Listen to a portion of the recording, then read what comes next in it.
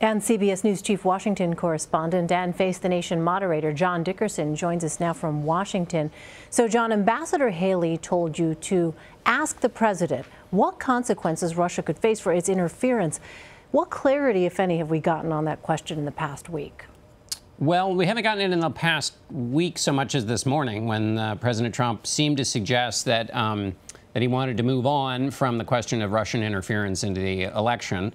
Remember, this has been characterized by some former intelligence officials as the political equivalent of 9/11. The president wants to move on and deal with other issues.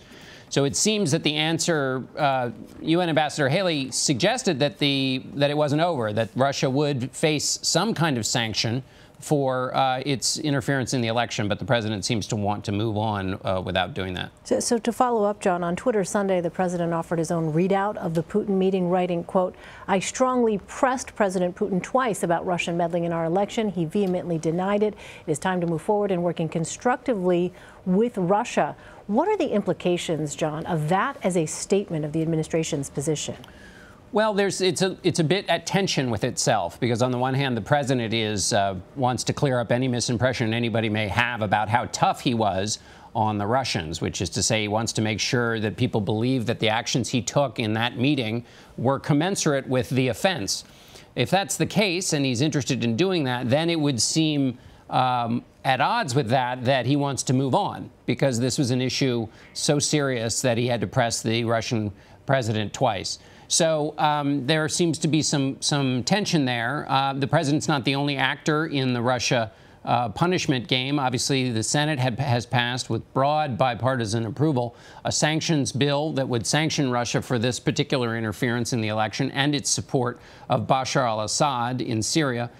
So the Senate will continue on with that, and the president talked about a joint cyber unit with the Russians, which has gotten some derisive comments from both Democrats and Republicans since he announced it. He also tweeted about that this morning. And John, on that point, what audience is the president targeting with the announcement of that cybersecurity unit? I suppose it's the audience that he always is targeting, which is his supporters, and his argument is that this is a big development. This is a takeaway from the warm relations he was able to create with the Russians. And it was clear, as we discussed in our panel today, that the objective here, both from the president and the Secretary of State, was to present a picture of a very warm, cordial, mutually respectful relationship between the president and Vladimir Putin. That's something that President Putin has been looking for a long time. His long-term objective, of course, is returning Russia to its primacy in the globe as an equal power with the United States. And so those characterizations of the meeting of two men as equals, in which they treat each other with honor and respect, that's very much in keeping with what the Russians want at a symbolic level. Now we'll see sort of what the congressional reaction is, other than just on Twitter, whether they both continue on with the sanctions that passed out of the Senate, but then also whether there is any rethinking, as some members of Congress have hinted at today, in terms of other ways to play a bigger role for Congress in the making of U.S. foreign policy. Well, the president has been clear he wants to move the conversation, as you said, away from Russian election interference. But how has the scope of that conversation changed since the meeting with Vladimir Putin?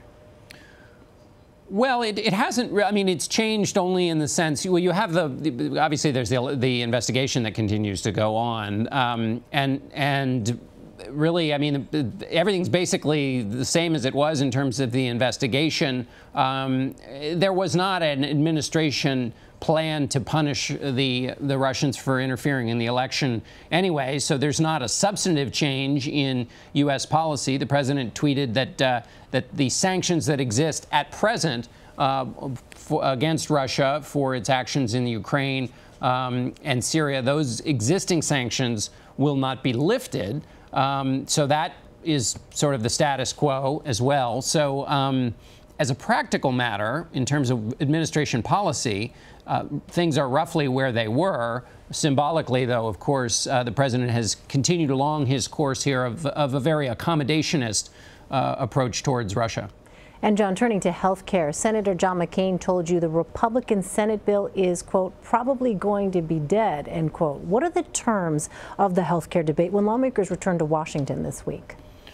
Well, the terms are essentially where they've been in the health care conversation among Republicans ever since the Republicans took control or after President Trump was elected, which is to say that you have a tension between those conservative Republicans who would like to see more free market activity, fewer mandates left over from the Affordable Care Act, or no mandates at all, because their view is that those mandates put too much pressure on insurance companies, causing premiums to rise, blocking the free market benefits that would presumably drop premiums.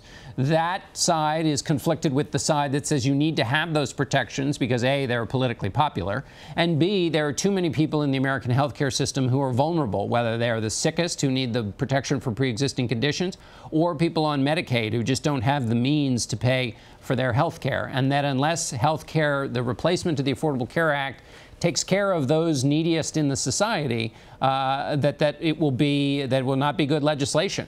And those two sides have been fighting in the House bill. Now they still fight and continue to fight among Republicans in the Republican bill. All right, John Dickerson in Washington for us. John, thanks. Thanks, Elaine.